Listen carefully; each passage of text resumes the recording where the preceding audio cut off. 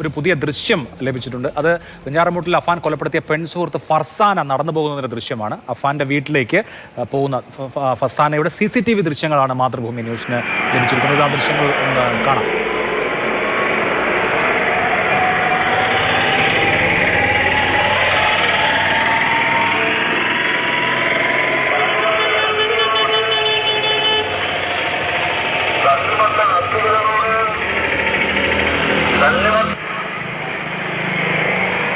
അതാണ് ആ ദൃശ്യങ്ങൾ. അനന്തകൃഷ്ണനാണ് വിവരങ്ങളുമായുള്ളത്. അനന്തൻ, ഫർസാന ഒരു ബസ്സിലോ മറ്റോ വന്നിറങ്ങി സ്വമേധയാ ഈ വീട്ടിലേക്ക്, അഫാന്റെ വീട്ടിലേക്ക് പോവുകയായിരുന്നോ, അതോ അഫാൻ വന്ന് പിക്ക് ചെയ്യായിരുന്നോ? അതുമായി ബന്ധപ്പെട്ട എന്തെങ്കിലും വിവരം ഉണ്ടോ? അഭിലാഷ്, ഈ അഫാൻ നടത്തിയ കൂട്ടക്കുരുതി അത് കൃത്യമായ ആസൂത്രണത്തോടെ ആയിരുന്നു എന്ന് വ്യക്തമാകുന്ന മറ്റൊരു ദൃശ്യം കൂടിയാണ് ഈ ഫർഹാനയുടെ ദൃശ്യം. ഇതിപ്പോൾ ഈ കൊലപാതകം നടന്ന ദിവസം 3:30-ക്ക് ഫർഹാനയുടെ വീട്ടിൽ നിന്ന്, ഫർഹാന ട്യൂഷന് പോവുകയാണെന്ന് പറഞ്ഞിട്ടാണ് വീട്ടിൽ നിന്ന് ഇറങ്ങിയത്. നടന്ന് റോഡിലൂടെ പോകുന്ന ദൃശ്യമാണ് കാണുന്നത്. ഈ ഫർഹാന നടന്ന് കുറച്ച് ദൂരം കഴിയുമ്പോൾ ഒരു ജംഗ്ഷനുണ്ട്. ആ ജംഗ്ഷനിൽ അഫാൻ കാത്തു നിൽക്കുന്നുണ്ട്. അവിടെ നിന്ന് അഫാൻ്റെ ബൈക്കിൽ കയറിയാണ് അഫാൻ്റെ വീട്ടിലേക്ക് ഫർഹാന പോകുന്നത്. അവിടെ വെച്ചിട്ടാണ് ഈ പെൺകുട്ടിയെ വീട്ടിലെത്തിച്ചതിന് ശേഷമാണ് കൊലപ്പെടുത്തുന്നത്. ഇതിന് തൊട്ടു മുൻപ് ഇതേ സമയത്ത് മറ്റൊരു സംഭവം കൂടി നടന്നിട്ടുന്നു. അതിൻ്റെ ദൃശ്യങ്ങളാണ് നമ്മൾ ഇന്നലെ നൽകിയത്. അതായത് ഈ അഫാൻ്റെ സഹോദരൻ 13-കാരനെ ഈ അഫാൻ തന്നെ ഒരു ഓട്ടോയിൽ കയറ്റി വെഞ്ഞാറമൂട്ടിലേക്ക് വിട്ട ഒരു ദൃശ്യം നമ്മൾ ഇന്നലെ കാണിച്ചിരുന്നു. ഒരു കുഴിമന്തി വാങ്ങിക്കാൻ വേണ്ടി വെഞ്ഞാറമൂട് ജംഗ്ഷനിലേക്ക്.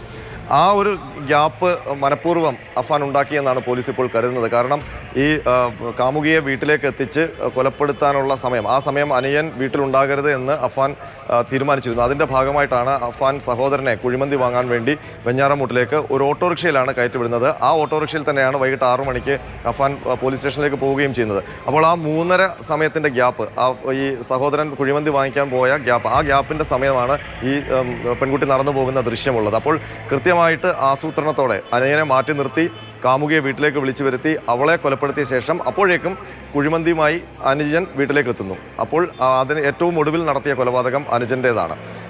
ഈ കൊലപാതക പരമ്പരയുമായി ബന്ധപ്പെട്ട് പോലീസ് ഏതാണ്ട് കൺക്ലൂഷനിലേക്ക് എത്തുകയാണ്. അഫാൻ നേരത്തെ നൽകിയ, അല്ലെങ്കിൽ കീഴടങ്ങൽ സമയത്ത് നൽകിയ മൊഴി, ആ മൊഴിയിൽ പറയുന്ന കാരണങ്ങൾ തന്നെയാണ് ഈ കൊലപാതകത്തിലേക്ക് നയിച്ചത് എന്ന് പോലീസിന് ഏകദേശം വ്യക്തമാകുന്നു. ഈ സാമ്പത്തിക ബുദ്ധിമുട്ടുമായി ബന്ധപ്പെട്ട് പോലീസ് നടത്തിയ അന്വേഷണത്തിൽ അഫാൻ പറഞ്ഞതുപോലെ തന്നെ വലിയ സാമ്പത്തിക പ്രതിസന്ധി ഈ കുടുംബത്തിനുണ്ടായിരുന്നു എന്നുള്ള വിലയിരുത്തലിലേക്കാണ് എത്തുന്നത്. മാത്രമല്ല, ഈ സാമ്പത്തിക പ്രതിസന്ധി എല്ലാം കൂടി ചേർന്ന് അഫാൻ ഒരു പ്രത്യേക മാനസിക നിലയിലേക്ക് എത്തി എന്നുള്ള അനുമാനമാണ്. ഈ അഫാൻ നൽകിയ ആദ്യ മൊഴി, അതിനുശേഷം പോലീസ് ശേഖരിക്കുന്ന തെളിവ്, അത് വെച്ചുള്ള നിഗമനത്തിലാണ് പോലീസ് ഇപ്പോഴുള്ളത്.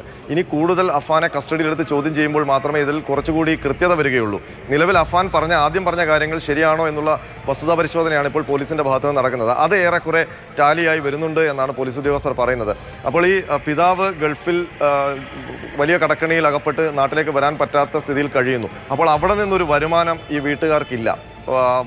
പിതാവിൻ്റെ ഭാഗത്ത് നിന്ന് ഈ നിത്യനിദാന ചെലവിനുള്ള പണം കിട്ടുന്നില്ല ഗൾഫിൽ നിന്ന്. പിന്നീട് ഈ കുടുംബത്തിന് മറ്റ് വരുമാന സ്രോതസ്സില്ല. അഫാന് ജോലിയില്ല. അപ്പോൾ ഇവർ പലരുടെയും കയ്യിൽ നിന്ന്, അഫാൻ്റെ ഉമ്മയുമൊക്കെ നിരന്തരമായി കടം വാങ്ങിച്ചിരുന്നു. നേരത്തെ ചില ബന്ധുക്കളൊക്കെ സഹായിച്ചിരുന്നെങ്കിലും അവർക്കും ഒരു സഹായം നൽകുന്നതിന് പരിമിതി ഉണ്ടായിരുന്നു. ഈ ഉമ്മയുടെ ചികിത്സയ്ക്ക് പണം ആവശ്യമായിരുന്നു, അനുജൻ്റെ പഠനത്തിന് പണം ആവശ്യമായിരുന്നു, കുടുംബത്തിൻ്റെ നിത്യചെലവുകൾക്ക് പണം ആവശ്യമായിരുന്നു. അപ്പോൾ വലിയ കടബാധ്യത ഈ കുടുംബം തന്നെ നാട്ടിൽ ഉണ്ടാക്കിയിട്ടുണ്ട്. അത് ഒരു വലിയ ക്രൈസിസിലേക്ക് പോയപ്പോഴാണ് ബന്ധുക്കളുടെ സഹായം വീണ്ടും അഭ്യർത്ഥിച്ചതെന്നാണ് പോലീസ് ഇപ്പോൾ കരുതുന്നത്. ആ സമയത്ത് ഉമ്മുമ്മയും ഈ അച്ഛൻ്റെ സഹോദരനുമൊന്നും അവരെ അത്രത്തോളം സഹായിക്കാൻ ശ്രമിച്ചില്ല, അല്ലെങ്കിൽ അതിന് തയ്യാറായില്ല എന്നുള്ളൊരു നിഗമനമാണ് ഇപ്പോൾ പോലീസിനുള്ളത്. അതാകണം അഫാനെ ഈ ഒരു കൊടും പാതകത്തിലേക്ക് കൊണ്ടെത്തിച്ചത്, അങ്ങനെ ഒരു തീരുമാനത്തിലേക്ക് എത്തിച്ചത്. അതിനു മുൻപ് നമ്മൾ അന്ന്, അഭിലാഷിന് ഓർമ്മയുണ്ടാകും, ആ കൊലപാതകം നടന്ന ദിവസം തന്നെ രാത്രിയിൽ ഒരു അഫാൻ്റെ ആദ്യത്തെ മൊഴിയിൽ നിന്നുള്ള ചില സൂചനകൾ നമ്മൾ നൽകിയിരുന്നു. ഈ കൂട്ടാത്മഹത്യയ്ക്ക് ഉമ്മ തീരുമാനിച്ചിരുന്നു, അല്ലെങ്കിൽ ഉമ്മ അങ്ങനെ പറഞ്ഞിരുന്നു എന്നുള്ളത്. അതൊക്കെ ഇപ്പോൾ സത്യമാണെന്ന് പോലീസിന് ബോധ്യപ്പെടുന്നുണ്ട്. ഈ കടബാധ്യതയും ഇനി മുന്നോട്ട് പോകാൻ ഒരു മാർഗവും ഇല്ലാത്തൊരു സമയത്താണ് എല്ലാവർക്കും കൂടി അങ്ങ് ആത്മഹത്യ ചെയ്താലോ എന്നുള്ളൊരു വാചകം ഉമ്മയുടെ ഭാഗത്തു നിന്നുണ്ടാകുന്നത്. അത് ഇയാളെ കുറച്ചുകൂടി ഈ കൊലപാതകങ്ങൾക്ക് പ്രേരിപ്പിച്ചു എന്ന് പോലീസ് ഇപ്പോൾ കരുതുന്നുണ്ട്. മാത്രമല്ല, അഫാൻ്റെ മുന്നിൽ ഇനി മുന്നോട്ടുള്ളത് ഇരുട്ട് മാത്രമാണ് എന്നുള്ളൊരു നിഗമനം കൂടി പോലീസിനുണ്ട്. കാരണം ഉമ്മയുടെ അസുഖം അയാളെ വല്ലാതെ അലട്ടിയിരുന്നു. കാരണം അത് കൂടുതൽ വഷളായാൽ ചിലപ്പോൾ ഉമ്മയെ നഷ്ടപ്പെടാനുള്ള സാധ്യതയുണ്ട്. അങ്ങനെ വരുമ്പോൾ ഈ കുടുംബത്തിൻ്റെ ബാധ്യത മുഴുവൻ തന്നിലേക്ക് വരും. അനുജൻ്റെ പഠനം മുന്നോട്ട് കൊണ്ടുപോകാൻ പറ്റുന്നില്ല. മാത്രമല്ല ഈ പ്രണയത്തിലുള്ള പെൺകുട്ടിയെ വിവാഹം കഴിക്കാൻ പറ്റുമോ എന്നുള്ള ആശങ്ക അയാൾക്കുണ്ടായിരിക്കണം എന്നൊക്കെയുള്ള ഒരു നിഗമനമാണ് പോലീസ് ഉദ്യോഗസ്ഥർ ഇതുവരെ ശേഖരിച്ച മൊഴികളിൽ നിന്നും തെളിവുകളിൽ നിന്നും മനസ്സിലാക്കുന്നത്. അപ്പോൾ അതാണ് ഒരു കൊലപാതകത്തിൻ്റെ മോട്ടീവ് എന്ന നിലയിലേക്കാണ് പോലീസ് ഇപ്പോൾ എത്തി നിൽക്കുന്നത്. ഇനി അയാളെ ചോദ്യം ചെയ്യുമ്പോഴാണ് കൂടുതൽ വ്യക്തത വരുന്നത്. ഇതിനൊപ്പം തന്നെ പോലീസ് പറയുന്നത് ഈ കൊലപാതകം നടത്താൻ നിശ്ചയിച്ച ദിവസം ആരൊക്കെ ആരെയൊക്കെ എപ്പോഴൊക്കെ ആക്രമിക്കണം എന്നുള്ളൊരു പദ്ധതി അയാൾ തയ്യാറാക്കിയിരുന്നു എന്നുള്ളതാണ്.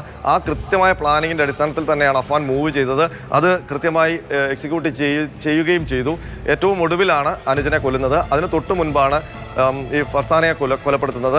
ഫർസാനയെ കൊലപ്പെടുത്താൻ വേണ്ടി അനുജനെ കുറച്ചു നേരത്തേക്ക് മാറ്റി നിർത്താൻ വേണ്ടിയിട്ടാണ് കുഴിമന്തി വാങ്ങാൻ വേണ്ടി ഒരു ഓട്ടോറിക്ഷയിൽ കയറ്റി വിട്ടത്. അപ്പോൾ അതിന് തൊട്ടു മുൻപ് ഫർസാന 3:15 വീട്ടിൽ നിന്നിറങ്ങി നടന്നു പോകുന്ന ദൃശ്യമാണ് നമ്മളിപ്പോൾ ഈ സ്ക്രീനിൽ കാണിക്കുന്നത്. ഈ ഗ്യാപ്പിൽ സഹോദരൻ വീട്ടിലില്ല. അപ്പോൾ സഹോദരനെ ഓട്ടോയിൽ കയറ്റി വിട്ട ശേഷം അർഫാൻ ബൈക്കും എടുത്ത് വന്ന് ഒരു സ്ഥലത്ത് കാത്തു നിൽക്കുന്നു. ഇപ്പോൾ ഈ നടന്നു പോകുന്ന ഫർസാന അർഫാൻ്റെ അടുത്തേക്കാണ് പോകുന്നത്. അവിടെ നിന്ന് ബൈക്കിലാണ് അർഫാൻ്റെ കൂടെ വീട്ടിലേക്ക് പോകുന്നത്. അപ്പോഴേക്കും ഒരു പക്ഷേ ഉമ്മയെ ആക്രമിച്ച അയാൾ മുറിയിൽ പൂട്ടിയിട്ടുണ്ടാകാമെന്നും ഉള്ള അനുമാനത്തിലും പോലീസ് ഇപ്പോഴുണ്ട്.